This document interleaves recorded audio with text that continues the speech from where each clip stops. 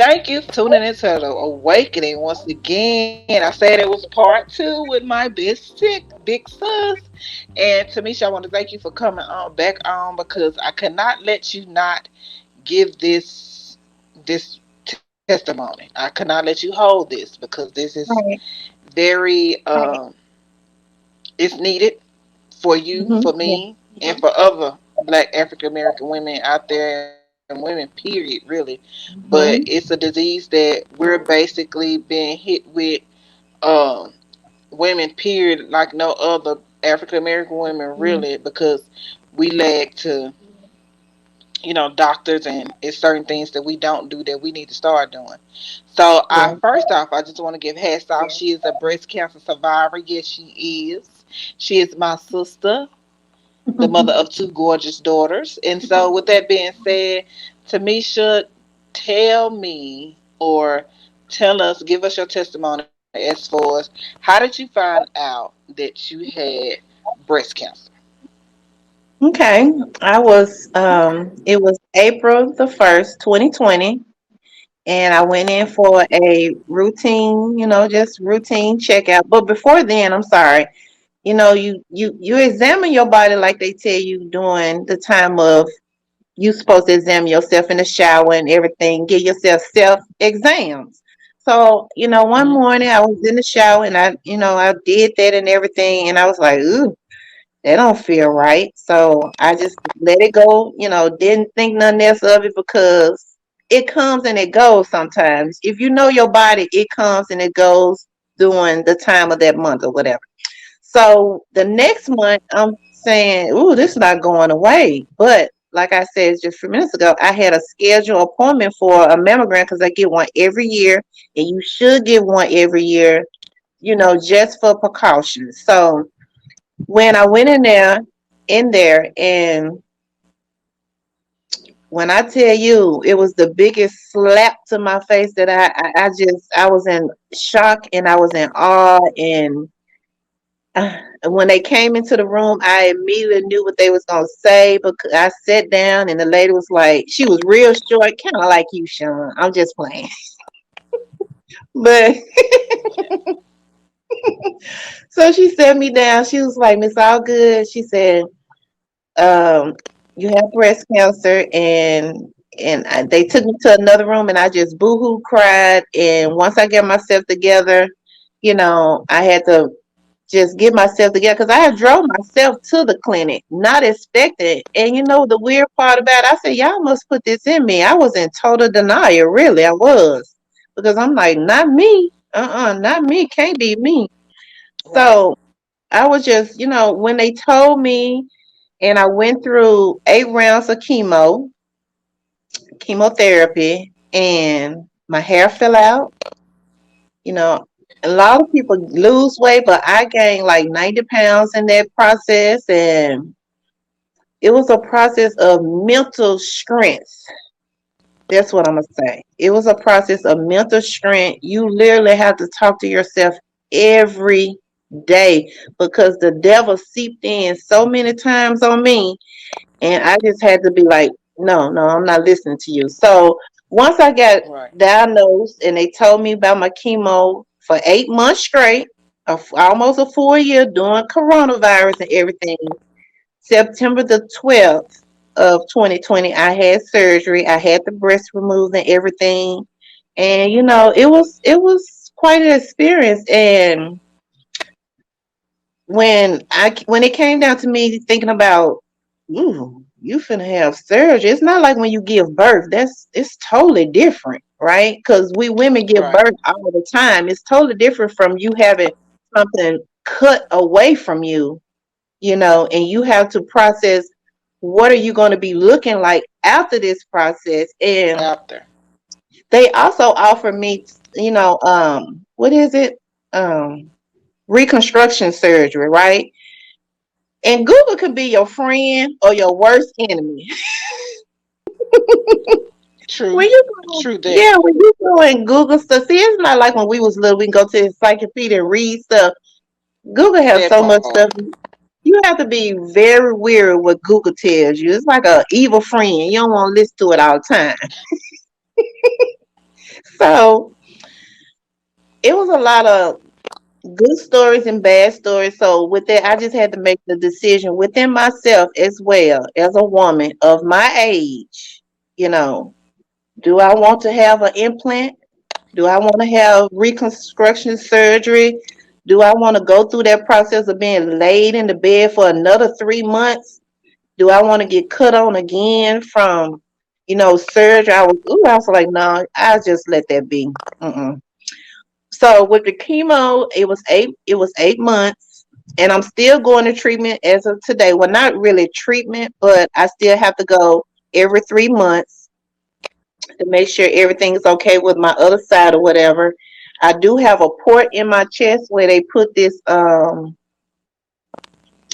like I can't remember the name. I'm so sorry, but I have like a port in my chest where they draw blood and put the medicine in. They will put it into your arm, but my veins was failing me because it's chemicals. This is a chemical medicine. So my veins was failing me in my arm, so I had to go have surgery and have a port put in my chest that grows up to my neck and everything. So I still have that today. They won't take it out for a full year after your chemo, after your surgery, and everything like that. So it's a process to have, and you have to be your mind. That's why I keep saying that all the time. Your mind. You have to talk to yourself, encourage yourself. You know what I'm saying? Because it's a process of being defeated. Right, You can right. be defeated And with then not your only your that, own self can defeat you. that part, and not only that, you defeating yourself, your mom, your sister, Mhm. your Mhm. daughter. Mhm. We as women, we wear a lot of hats, and so with that Mhm. being said, how did that affect your hats? You got to think. I got two beautiful nieces, but Mhm. I couldn't think of it. I couldn't. If I, your kids is your strength. And so I'm Mm. quite sure that was the biggest part of the battle of fighting going into this fight was Yes. my Yes. girls. I was worried about. Oh, sorry. I was worried when they told me about it. I was the first thing that came through my mind was my girls. Like either I was saying a little selfish to myself, they can't survive without me, or I can't survive without them. And when I came home, I just called Janicia over because she lives by herself now. So I called her over and I told them, I said, today is our day to cry. I said, I need strength from you guys. I need positivity from you guys. And I know that's kind of asking a lot for a mom to tell a child how to feel and everything like that, but I didn't want them to have the impression of defeat. That's it.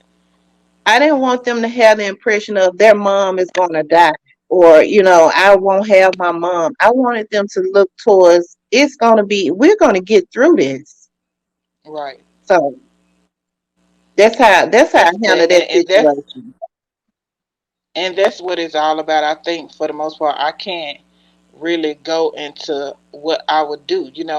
They older. And to this It's day, I different. think Yeah. I actually walk around. I actually sneak around that part of life because I can't imagine, as a mom going Mm-hmm. through that.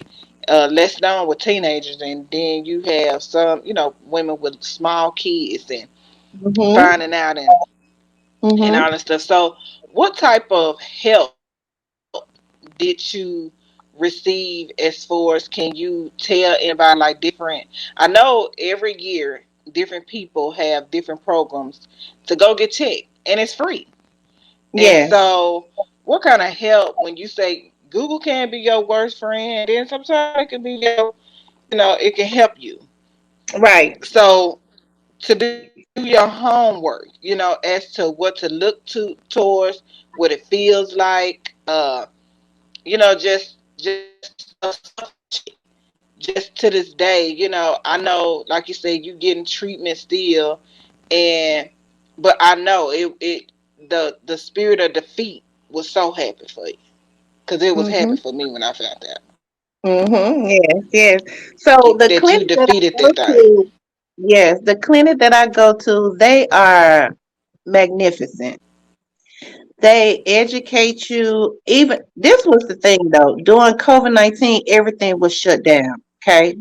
So that means Right. I'm in the clinic by myself taking these treatments because I couldn't bring anybody with me, right?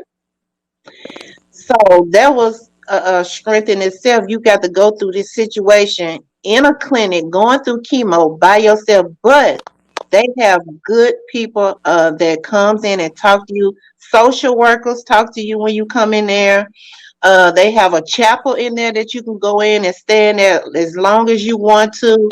They offer a breast counseling class for, the person that it's so many things that they have in there that you can go to. And it's up to you to take those opportunities. They can offer to them, but they will not shove it down your mouth. So yeah, Right. I had a great support system at my doctor's office. I mean, yeah, it was good. It was good. So And I'm just happy you overcame and you gonna overcome it. And I don't the exactly. spirit of coming back and all that stuff that they say that ain't happening. You don't have Yeah. to do that thing. We gone. And I was saying about this shirt that has heal cancer.